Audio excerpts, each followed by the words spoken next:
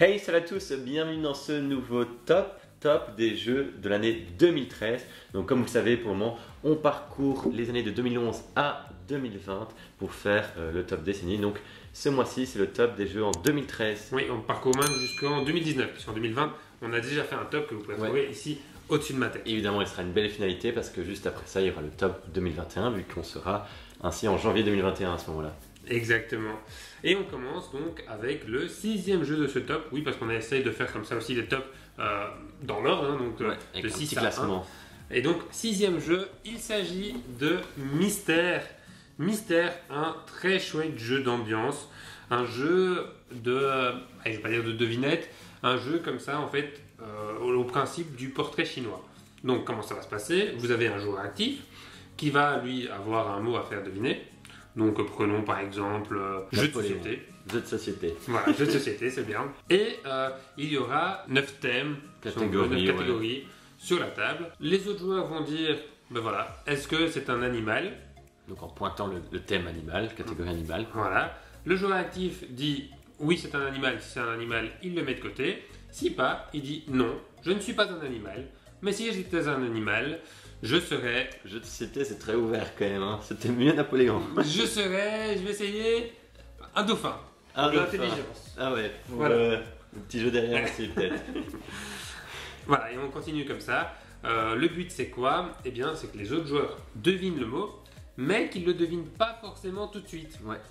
Pourquoi? Parce que plus vous allez avoir d'indices à donner avant que les autres joueurs trouvent le mot, et bien plus vous allez marquer de points. Donc voilà, c'est très chouette, c'est très intelligent comme jeu. En fait, en début de partie, le joueur actif qui va faire deviner le mot va devoir piocher une catégorie donc, qui est présente sur le terrain de jeu, et le mot sera lié donc à cette catégorie. Ouais, évidemment. Donc voilà, très chouette Mystère. Un jeu, c'est un de nos premiers jeux aussi hein, dans... oui, 2013, oui, c'est un de nos premiers jeux, et c'est un jeu auquel on a vraiment énormément joué dans nos soirées, donc on l'aime beaucoup, et donc c'est pour ça qu'il est ici dans le top 2013. Bon, sauf qu'ici, en fait, ce n'est pas l'édition 2013 que nous avons, mais une édition ultérieure. Elle est là. En 5e position de ce top, il s'agit du Fantôme de l'Opéra, donc un jeu de Bruno Catala et Ludovic Maublanc. En fait, c'est un jeu de déduction qui se passe dans un opéra. On a en fait la Carlotta qui est la diva de l'opéra. Et tout le monde ne l'aime pas dans ceux qui travaillent à l'opéra. Il y en a qui vont vouloir lui piquer la vedette et donc la faire fuir de l'opéra. Comment? En lui faisant peur. Donc il va y avoir un fantôme incarné par un de ses collègues donc, qui va essayer de faire fuir la Carlotta de l'opéra. Donc comment ça se représente? On va avoir un plateau de jeu représentant l'opéra, donc avec différentes pièces. Et on va voir 8 personnages, donc 8 suspects sur ce plateau, donc répartis en différentes pièces. Et donc il y a un joueur qui va jouer le fantôme, il y a un joueur qui va jouer les enquêteurs en fait, qui vont aider la Carlotta. Et donc comment ça va se passer? On va révéler 4 cartes actions. Et en fait, le joueur actif va d'abord choisir une action, puis le suivant 2 actions. Et le deuxième joueur devra ainsi appliquer d'office la dernière action. Et les actions, ça va être quoi? Ça va être du déplacement de jetons pour essayer de regrouper des personnages dans une même pièce ou justement les éloigner. Ça va être pouvoir aussi éteindre les lumières d'une pièce pour que tous les joueurs dans cette pièce-là ne soient pas visibles. Parce qu'à la fin du tour, on va poser la question, est-ce que le fantôme se manifeste? Et donc le joueur qui incarne le fantôme va dire si oui ou non le fantôme se manifeste. Il se manifeste si il est isolé dans une pièce seule, ainsi il va pouvoir se montrer, se manifester sans être vu. Dans ce cas-là, on avance la diva sur un compteur, je vais dire, qui, une fois qu'elle arrive au bout, elle va en fait partir de l'opéra tellement elle a peur. Et le but par contre des enquêteurs, ça va être de retrouver le fantôme. Donc comment? S'il se manifeste, du coup on s'en déduit, ok, ces personnes-là qui sont visibles, on sait que ce ne sont pas, que c'est aucun de ceux-là les fantômes, on va pouvoir les retourner et donc ainsi les déculpabiliser. Et donc voilà, c'est vraiment un jeu de déduction ainsi, dans le même style que Mr. Jack Pocket, mais très fortement. Parce qu'en fait, moi j'ai jamais joué au Fantôme de l'Opéra, j'ai beaucoup joué à Mr. Jack Pocket, et oui, je trouve que ça ressemble vachement, d'ailleurs c'est fait par les mêmes auteurs. J'ai l'impression qu'en fait, comme Mr. Jack Pocket est sorti avant, ils ont voulu faire le même principe en amélioré. C'est ça, pour moi c'est vraiment une version améliorée, avec une thématique, je trouve plus prenante, dans ce règle tout aussi bien, différente.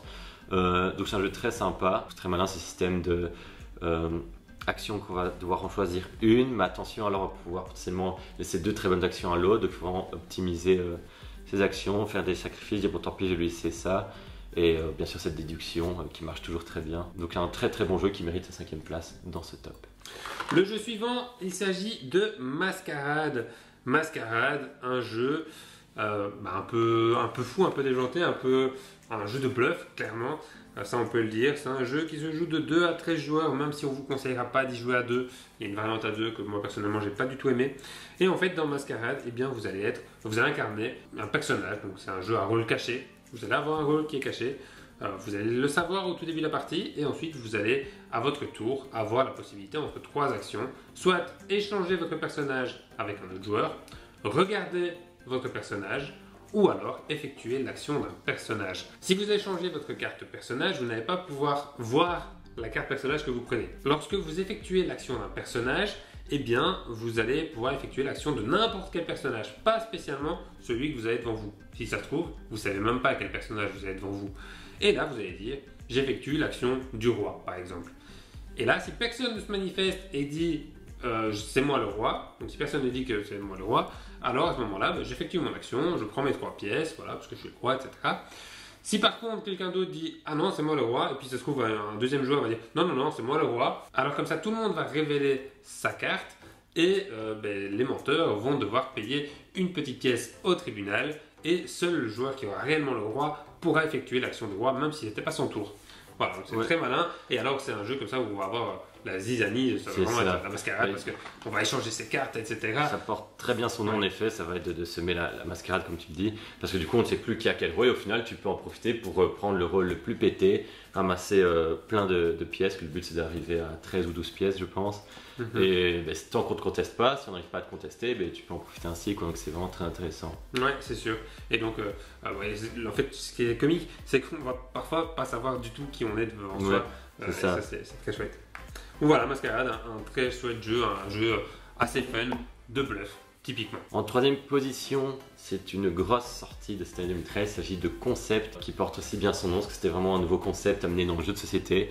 On est sur le principe de la devinette, encore une fois, où ici le joueur actif va devoir faire deviner un concept. En fait, ça peut être une station, ça peut être une célébrité, un personnage fictif, un objet, n'importe quoi. Et donc il va devoir poser un concept de base, dire voilà, donc mettre son jeton sur film, si on sait que c'est un film. Et puis après il va y avoir des sous-concepts. Donc par exemple, ça peut être des personnages, pour dire voilà, c'est un film où il y a plutôt des super-héros, où il y a une notion de grandeur, parce qu'on a ainsi une jauge de petit à grand, de lent à rapide. On peut rajouter des couleurs, des formes, vraiment n'importe quoi. Et le but, ça va être de rajouter de plus en plus d'indices au fil de la partie, donc si les joueurs n'arrivent pas à trouver, quoi. Donc le but, c'est plutôt l'inverse, c'est de faire deviner le plus rapidement possible. Et si on n'y parvient pas, on rajoute des trucs. Mais bon, parfois, ça devient un peu le bordel. On dit, oula, il y a des jetons un peu partout. Donc finalement, c'est un peu de tout. C'est pour ça qu'il ne faut pas non plus trop en mettre, évidemment. Du moins que c'est un concept intéressant. Ouais, ça avait fait le carton, je pense, à l'époque. Ouais. Vraiment, tout le monde jouait à concept. Je crois qu'il s'est vraiment super bien vendu. Donc voilà, certaines personnes l'auraient peut-être même mis en première position de ce top, mais c'est pas notre cas. Voilà. En deuxième position, par contre, on a Room 25. Oui, Room 25, c'est un jeu à rôle caché, encore une fois. Ouais. Donc un peu de bluff, mais là ici, surtout, on va être dans une salle, à Room 25, qui est en fait composée de 5 tuiles sur 5. Et on a des personnes en fait qui sont emprisonnées dans cette salle gigantesque, et on a des gardiens. Donc c'est quoi le but? Les personnes qui sont emprisonnées vont devoir s'échapper, donc les gardiens vont essayer en fait de les tuer, d'empêcher qu'elles s'échappent. Alors en fait, on va tous jouer en même temps, on va programmer son tour face cachée, on va avoir le choix entre observer une des salles à côté, rentrer directement dans une des salles à côté ou pousser un autre joueur dans une des salles. Et donc en fait, le but, bien sûr, ça va être d'éviter des pièges. Il y aura des pièges parfois mortels immédiatement, parfois des pièges qui se déclenchent en 2 tours. Je pense qu'il y a notamment les gaz ou une salle qui s'inonde, où là il faut vite, hop, essayer de partir au tour suivant. Et les gardiens vont essayer de repérer ces pièges et de pousser les joueurs gentils, je vais dire, dedans. Bien sûr, il ne faut pas se faire démasquer trop vite, comme tout jeu de ce genre. Sinon, après, c'est facile, on sait qui sont les gardiens, on sait les éviter, et donc trouver plus facilement la sortie qui se situe sur une des tuiles de la bordure extérieure. Donc, il va falloir vraiment fouiller les différentes salles. Ouais. Et donc, dans ce jeu, eh bien, vous vous faites éliminer, si je ne dis pas de bêtises. Oui, c'est ça, c'est comme un jeu de survie. En fait, une fois qu'on meurt, on arrête de jouer. Donc, c'est plutôt quand même un défaut du jeu, dans le sens que t'es éliminé vite, mais après, tu t'embêtes.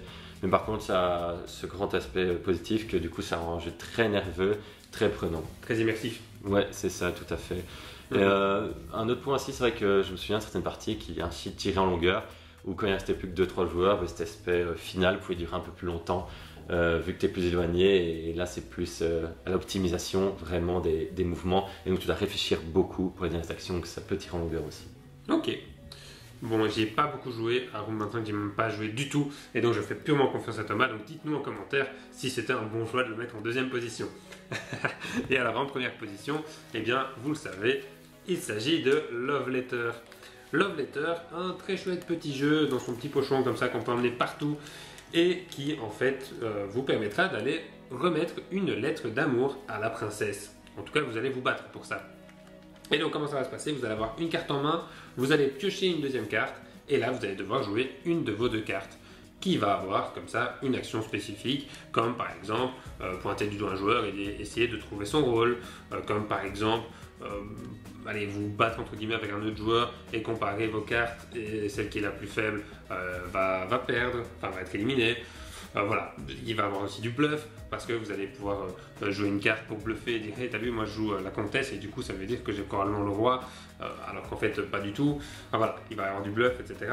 Vous allez pouvoir faire des coups un peu fourbes comme ça, vous allez essayer de devoir deviner quel personnage ont les autres joueurs, et vous allez comme ça soit éliminer les autres joueurs, soit essayer de rester en vie le plus longtemps possible en ayant la carte la plus forte possible dans les mains, comme par exemple la princesse. Voilà, c'est un jeu très rapide, très chouette. Ici aussi on se fait éliminer, mais ici comme les parties sont beaucoup plus rapides, ça prend quelques minutes par manche. Voilà, une partie c'est effectivement plusieurs manches, le but d'avoir le plus de jetons faveur ainsi. Oui, tout à fait. Voilà, très chouette. Love Letter, on va pas vous en parler plus que ça, je pense que vous le connaissez déjà quasiment tous. Et donc, c'est ici déjà que se termine notre top 2013. Ouais, un top bien sympathique encore une fois. Et donc, on vous donne rendez-vous pour le prochain top en 2014. En attendant, si ce top vous a plu, vous pouvez déjà le liker, le commenter, faire votre propre top personnel pour qu'on puisse comparer. Ouais, le top de 2013 du coup. Ouais. Abonnez-vous à notre chaîne si ce n'est pas déjà fait pour suivre les prochains tops et toutes nos prochaines vidéos. Ouais, et le top 2014 paraîtra au mois de juin. Oui. Salut à tous. Salut.